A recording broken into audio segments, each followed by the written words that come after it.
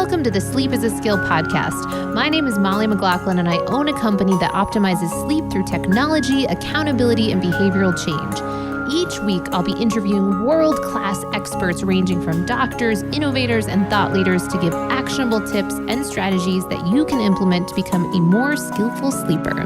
Let's jump into your dose of practical sleep training.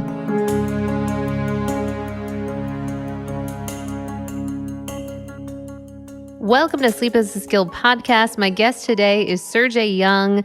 Who wouldn't want to hear from the man whose mission is to live until 200? Who wouldn't want to hear, particularly with that type of goal, what his aim is around his sleep and what his routines are, really going deep on that area. And to put money where his mouth is, he has actually founded the $100 million Longevity Vision Fund, his personal passion project to accelerate life extension breakthroughs and to make them affordable and accessible to all, positioning him as one of the few investors in the category globally.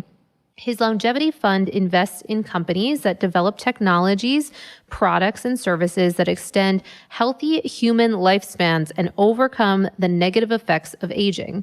Led by Sergey, the team is comprised of a world-class scientific advisory board and leading investment professionals. Sergey has over 20 years of experience managing funds, and while not working on his passion project, he oversees $2 billion in private equity funds and heads Peak State Ventures, a U.S.-based fund with a focus on new technologies in real estate, digital health, and the future of workplace environments.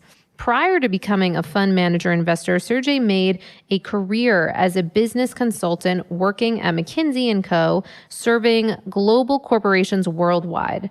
Sergey's first book, The Science and Technology of Growing Young, will be released in August 2021. Now let's dive in to hear exactly what he has to share in the area of sleep. And welcome to the Sleep is a Skill podcast. Sergey, I am so grateful that you took the time to be here with us today to speak about what turns out to be one of both of our favorite topics, which is sleep. So thank you so much. Hi, Moni. Hi, everyone. I'm so happy to be here with you today.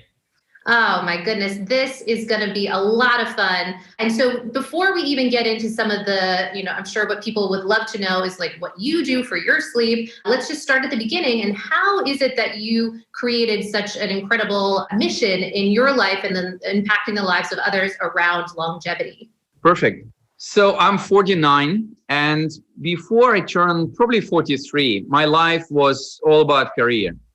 I had, as I say, diversified portfolio of 4 kids. I'm an investor, so I'm explaining my family in investment terms.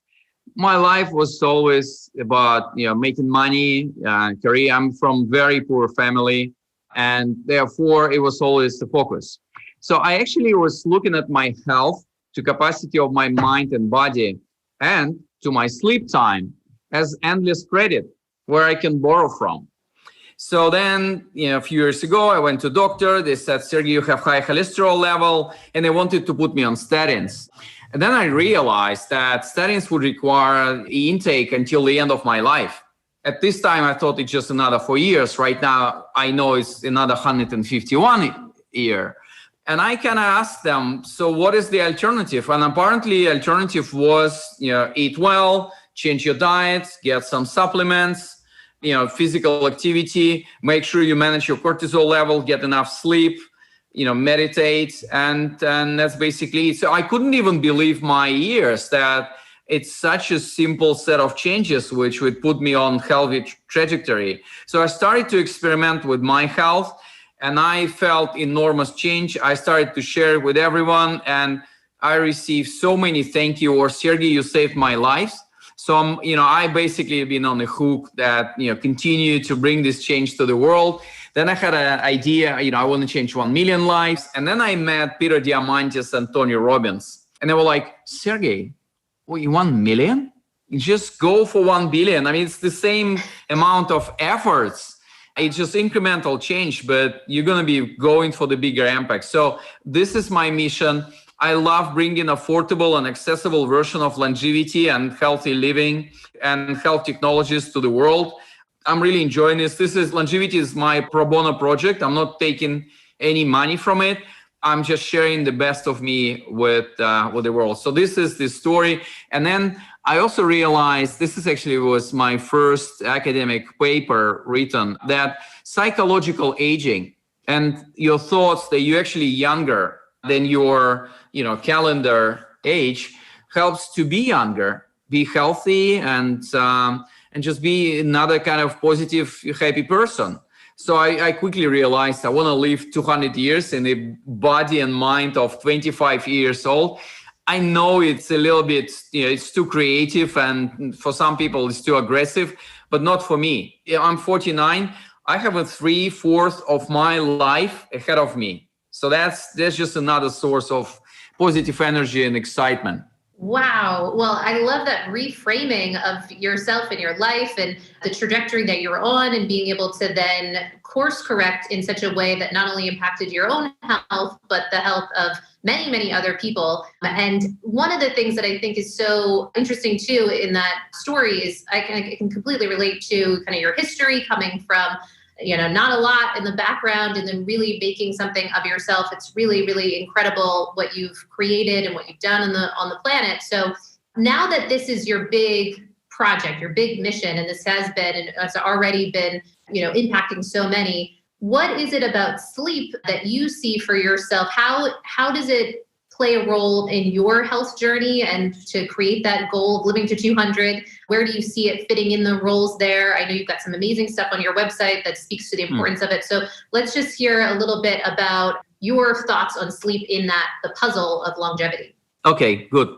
Molly and the audience, I'll try to be as practical as possible. So if you would need a little bit more kind of top-down picture of what is happening, you let me know. But otherwise, let's just go in every practical detail of that, okay? So my journey with sleep, again, remember, I'm always full of ideas. So every time I wanted to find a little bit of more minutes of hours to do something, I would just take in my sleep time as a credit. So then I could, before this whole transformation, it was really easy for me to go to bed at around 2 a.m. and wake up at 6 a.m. or 7 a.m. Because sleep for me was almost like an obligation, or like a necessary function of my body and mind. And frankly, I thought it's a waste of time. Then it was probably 2 years ago when I think it was Peter Diamandis who told me about Matthew Walker book. We all obviously know Why We Sleep. And after reading this book, I completely changed my view on sleep. So sleep now is super priority. I have a rule, 8 hours in the bed, which means 7 hours of sleep time.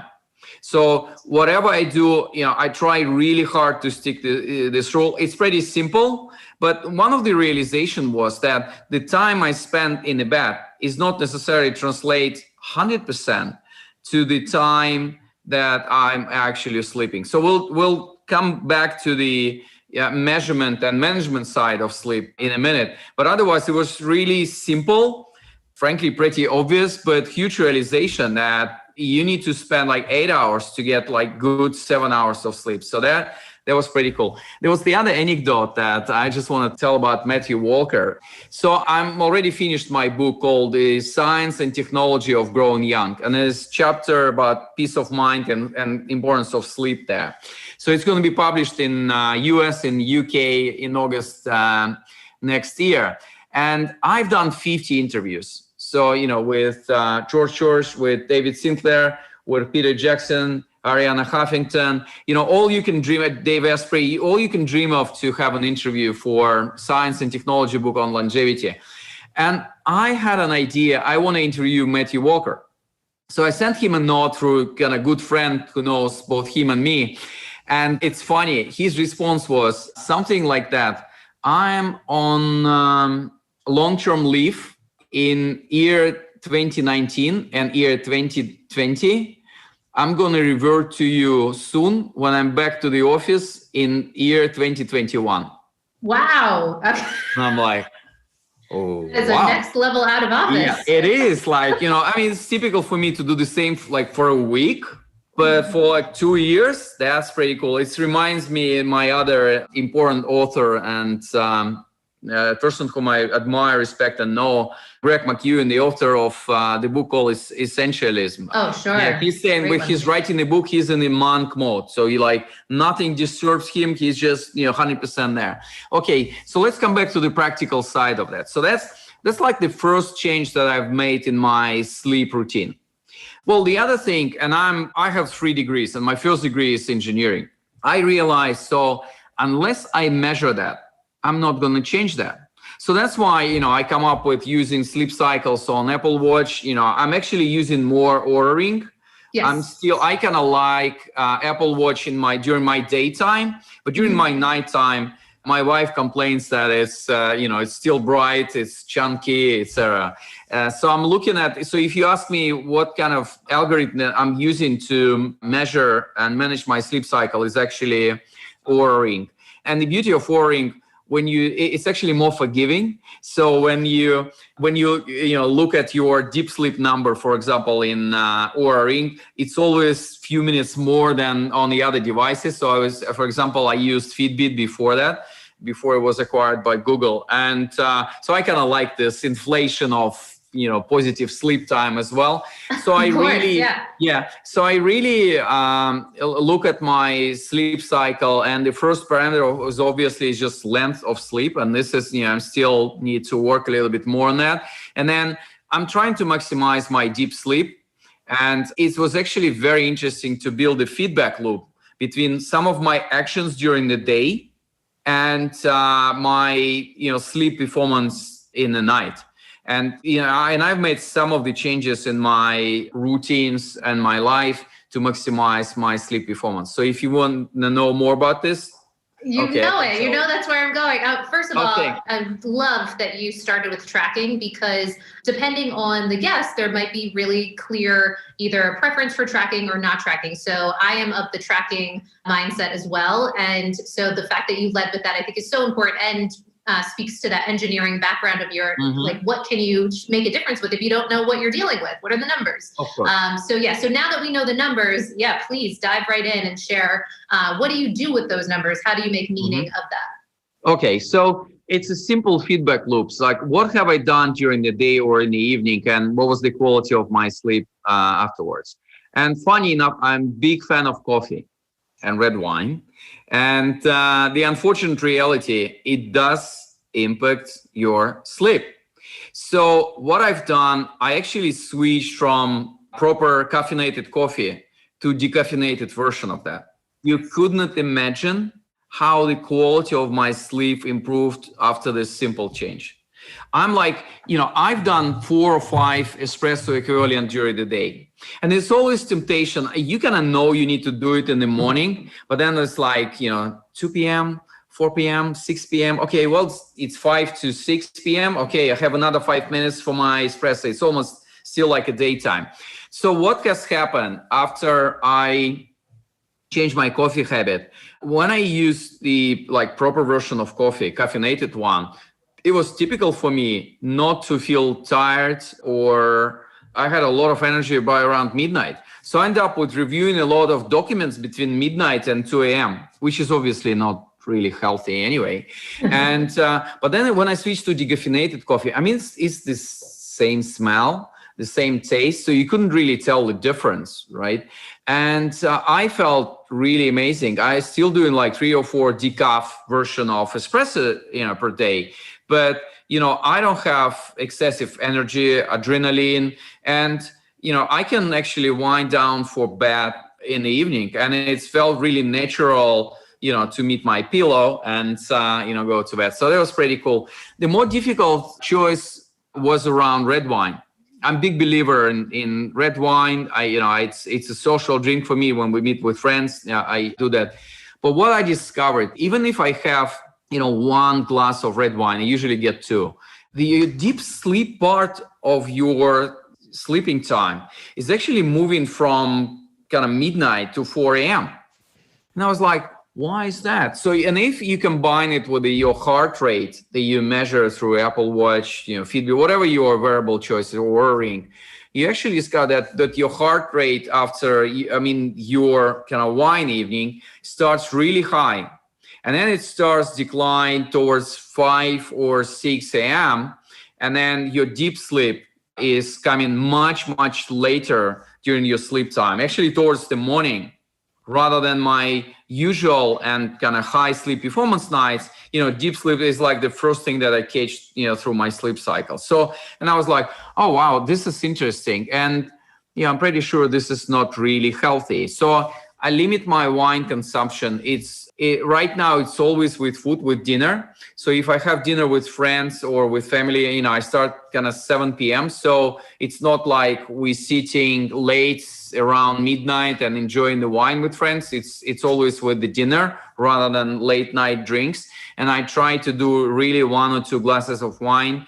And what I also done, I have it's not tradition. So the rule is I can have wine either on Friday or on Saturday, because then on Saturday morning or Sunday morning, I can spend a little bit more time in the bed, if you can allow to spend more time in the bed with 4 kids at home. But that's a separate discussion. Yes, then you're winning. Yeah, absolutely. But that's the story. So I actually limit my wine consumption only for 2 days towards the weekend. And I move it from 10, 11 p.m. to 7 p.m. And I try to really kind of decrease that, because it was pretty negative impact on my sleep. Wow. Okay. Just one, I hear you too. It's huge changes. And that's one of the biggest things that we hear, especially with the Oura Ring, because it does such a great job at helping us see how our behaviors impact our sleep. And particularly the 2 things that you mentioned is what I hear all the time too, with coffee and alcohol.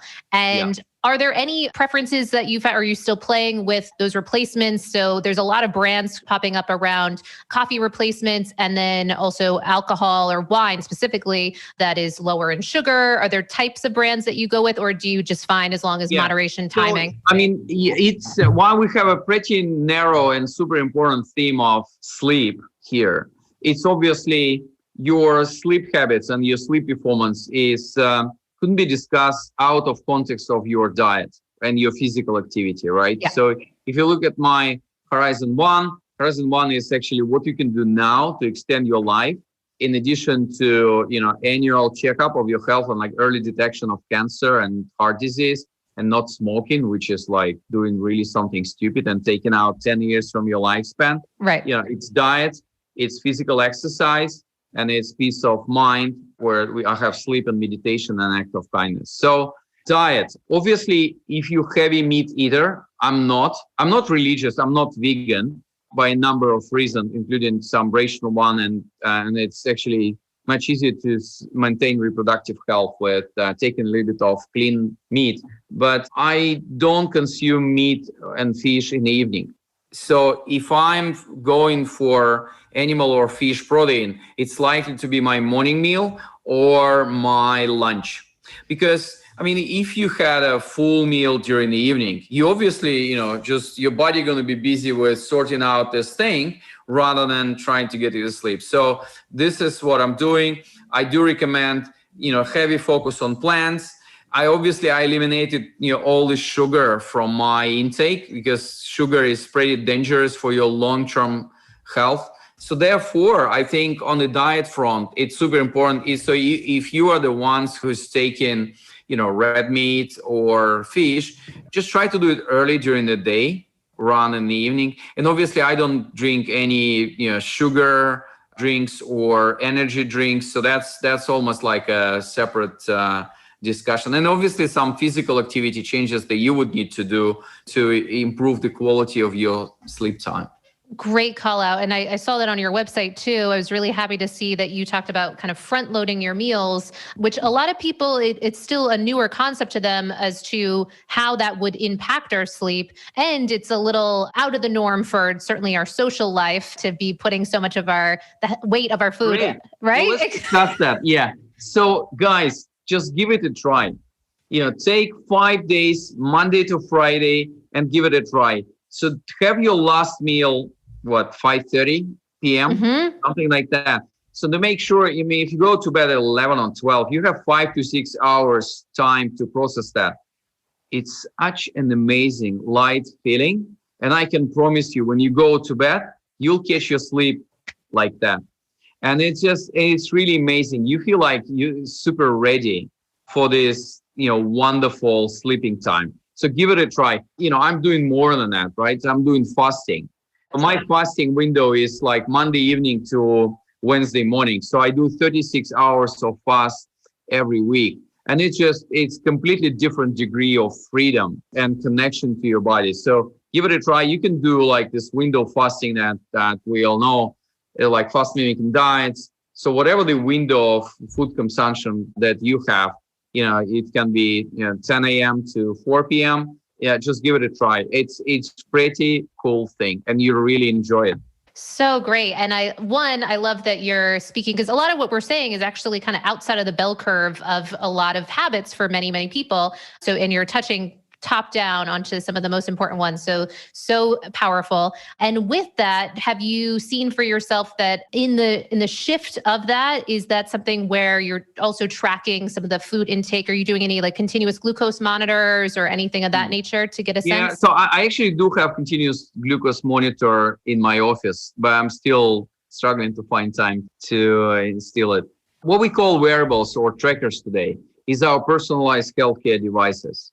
So I'm actually waiting for time when Apple Watch, Halo or, Fitbit will have continuous glucose monitor functionality in its wearables. And I don't think it's really far away. It's probably anywhere between 2 and 5 years from now. I know it's not really obvious, how to do it, but we sorted out a lot of different things. So I'm looking forward to this being integrated here. And then in addition to blood pressure monitor, which can be part of functionality soon as well, I think it's like 95% of the data that you need to monitor on a daily basis, which is healthcare. So I do believe it is about healthcare and your personalized healthcare devices that we have, rather than just random wearables, which gives us funny statistics. And so that's one. So then on calories, I know like 50 top longevity academics and scientists in the world. In fact, I interviewed them for my book, and we work a lot with them in the context of Longevity Vision Fund, where we invest money in is what I call Horizon 2. Remember, Horizon 2 is Horizon 1 is what you can do now. Horizon 2 is technology which will be available to us in 5, 10, 15 years from now. It's like genome editing, gene therapy, regenerative medicine, organ replacement, stem cells, etc. And then Horizon 3 is like completely ridiculous things in 25, 50 years from now, like human brain AI integration, robotic avatars, etc. So there's a lot of disagreement in academic community. What are the things today which will extend your lifespan and health span? With only one exception, that caloric restriction, consuming 15 to 25% less calories during your day, is almost guaranteed to add to your life another 2, 3, 5 of happy and healthy years. So how do I do that? It's just really difficult. With the current technology, it's really difficult just to count all the calories, in fact, kilocalories that you're consuming. So I have my life hacks. If you do fasting, it's obviously taking out like 15% of your weekly, calories intake. If you do really heavy plant-based, this is what I do. It's great because the caloric intensity of vegetables is so low. So even if you have like the full table of vegetables, you're not going to get fat. That's just, amazing life hack that I use. So, I'm really, vegetable person, and I love the impact of this. So I'm not trying to measure nitty-gritty details of my, every plate, but this set of principles is actually helpful to manage that. And obviously all this heavy calorie stuff like processed food and sugar drinks and any other sources apart from olive oil, it's all really very intensive in terms of calories. So, I don't do that. So great. And when you do those extended fasts, the 36 hours, which is awesome, do you see the difference on your sleep stats too, around your heart rate and your HRV and body temperature and all those good things? So remember, I fast Monday evening. So Monday 6 p.m. is my last meal, and then my next meal is Wednesday somewhere around 9 a.m. So after 24 hours of fasting, I'm going to bed on Tuesday evening. This is my best sleep time through the week. So usually I go to bed like at around 11 p.m. On Tuesday, I'm barely survive until like 9 p.m. or 9:30. I'm going to bed. This is like the best sleep I have. My body is so free of unnecessary work on processing the food, etc. And it feels really amazing. And when I wake up on Wednesday morning, it's just the best feeling I can get, and I can advise to everyone to give it a try. I mean, you obviously can have very special medical conditions which doesn't give you the luxury choice of fasting, so consult with your doctor. But otherwise, this routine is pretty cool. So if you think about reducing your calories intake, so two things which adds a lot of calories to your day if you do it in the wrong way. One is if you're really focused and you consume a lot of processed foods, is another 500 calories which is added to your day. That's a lot.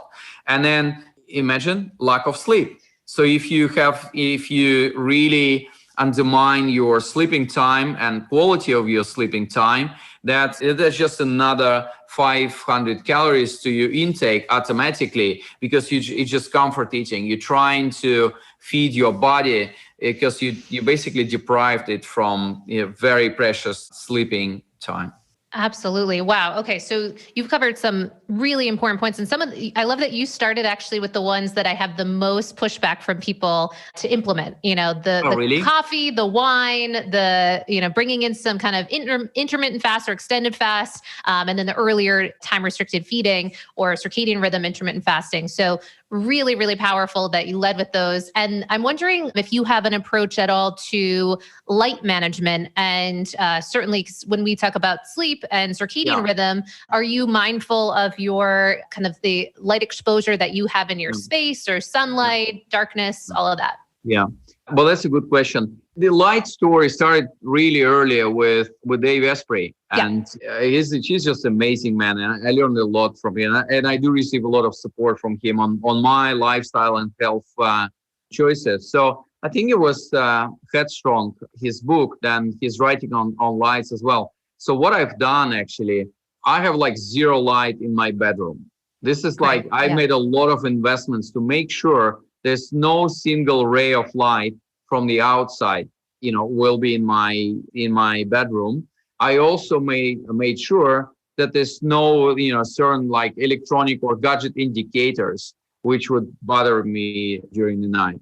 So that's I've done it, and it's just great. I really love it, and obviously all my gadgets, they switch off, so I'm not really bothering myself with that. And the proper mental state is not like you hesitating, well, should I look at my WhatsApp or Facebook messenger, or someone probably called me. You shouldn't have these thoughts or temptation. So I'm going to airplane mode, and that's it.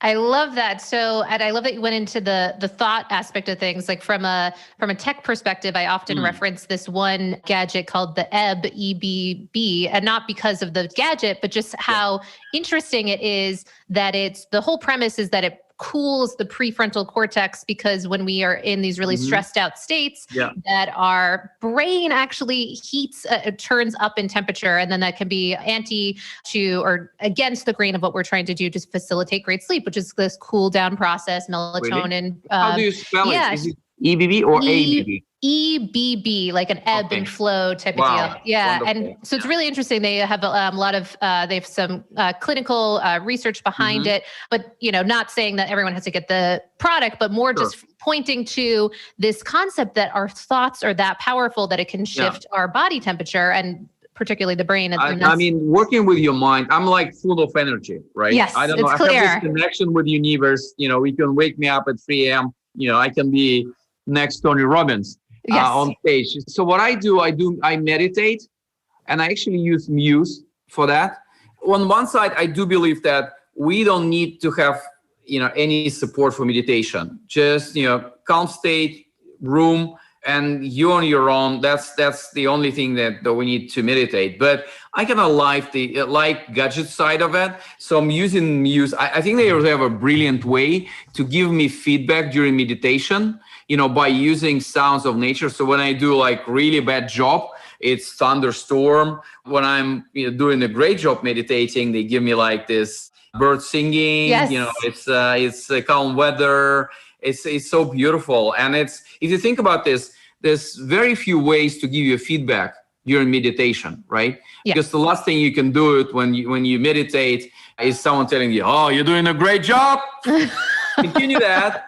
I have a funny, I don't know if we have time, funny thing go ahead. Yeah. About meditation is I went to Shaolin Monastery, the legendary monastery in China. I have this bracelet from there 2 years ago, and I took one of my kids there. He's 9 years old, Timothy.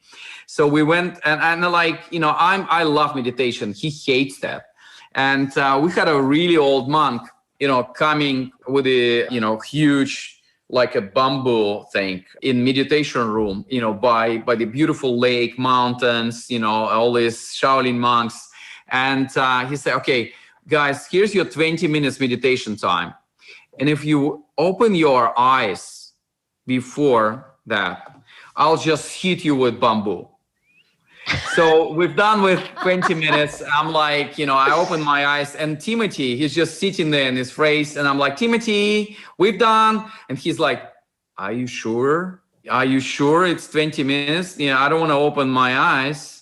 Yeah. So he was so afraid of this bamboo thing. So combination of positive and negative reinforcement work. I love that. Can be the Muse version 5 or something. Yeah. That's true. Yeah, that's just the other level of that. So I do use Muse, and I think it's pretty cool. I love the gadget side of it. The other thing that I found in Upgrade Lab, former name of Bulletproof Lab, on Main Street in Santa Monica, which is Dave's Asprey creation, is this whole neurofeedback thing. And I know that Dave actually does that there's a 5 days program called 40 Years of Zen, when you basically, you switch off your phone and then you just do neurofeedback again and again. So I've done, not with Dave, but in the center of London, 10 sessions of 30 minutes neurofeedback. My goodness, you couldn't believe the change. You felt after each session, you obviously need to build up the first 3 or 4. And after, you feel like you're in Zen. You feel like you're calmest person on earth. You feel like you're just meditating in these beautiful mountains in a monastery for a day or so. I couldn't just really even believe the impact that technology, that like neurofeedback technology can have on that. And obviously my sleep after this 10 session in the first 3 months, it was just like super amazing. Oh, I believe it. Wow. Okay. So clearly taking the time, energy, and effort to get a sense of your thoughts, if they're serving you, if they're not serving you, and then to get in and kind of do the necessary rewiring, so to speak, to make a difference with that. And then, of course, seeing the results and your body's ability to kind of calm itself in the evening and get that sleep that you need. How about, are there supplements? Supplements are always this question that people tend to go to. And I'm just curious if, you with longevity approach, if you have approach to supplements for sleep? So I'm a big fan of supplements. Like, if supplement industry is in prosperity mode, it's because of guys like me. So I'm taking like 30 to 40 supplements during the day. The beauty of supplements that 30 or 40% of positive, effect of that is placebo effect. And I'm like placebo guy, I can have a positive thought and then it works, I love it. So that's the beauty of that. In fact, so if you look at biotech, there were a number of trials where they had a problem proving the effectiveness of particular drug substance, because your placebo group sometimes produce exactly the same result. Don't get me wrong. It's not, in there for every drug, but in some of the cases, placebo is a powerful thing. So supplements like 30 or 40% great, at least because of placebo effect. So then I haven't found any supplement which I would take in particular to improve my sleep. I don't do melatonin, unless I fly from kind of London to LA and it's 8 hours time difference and I need to adjust to that. So I take slow release, probably 3 milligram or 5 milligram, but it's literally like 2 or 3 nights every quarter or something like that. So it's not really a lot.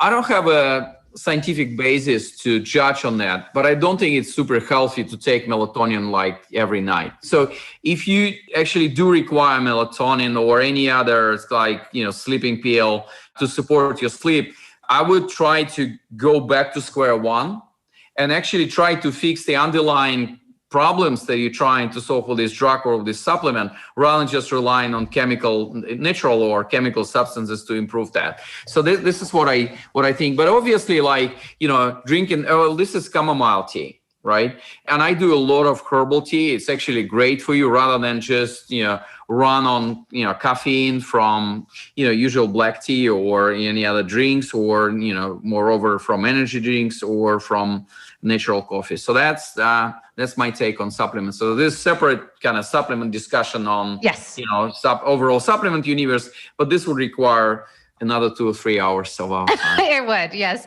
Well, and I'm really happy to hear too your approach to melatonin, because there's a couple camps around melatonin of people's approaches, and I happen to fall in similar to yours. I think it warrants really looking to see and exhausting all the other things that we can do to make a difference before really looking to particularly long-term melatonin use, because it is a hormone, and I think a lot of people forget about that. And I do have a similar mindset too, that jet lag is one area that you might be able to make an exception for, or sometimes in the elderly population, then that might be something that people look at. Yeah. But you're right, like absolutely. I think that's very wise to be mindful of that. And there's so much that we can do.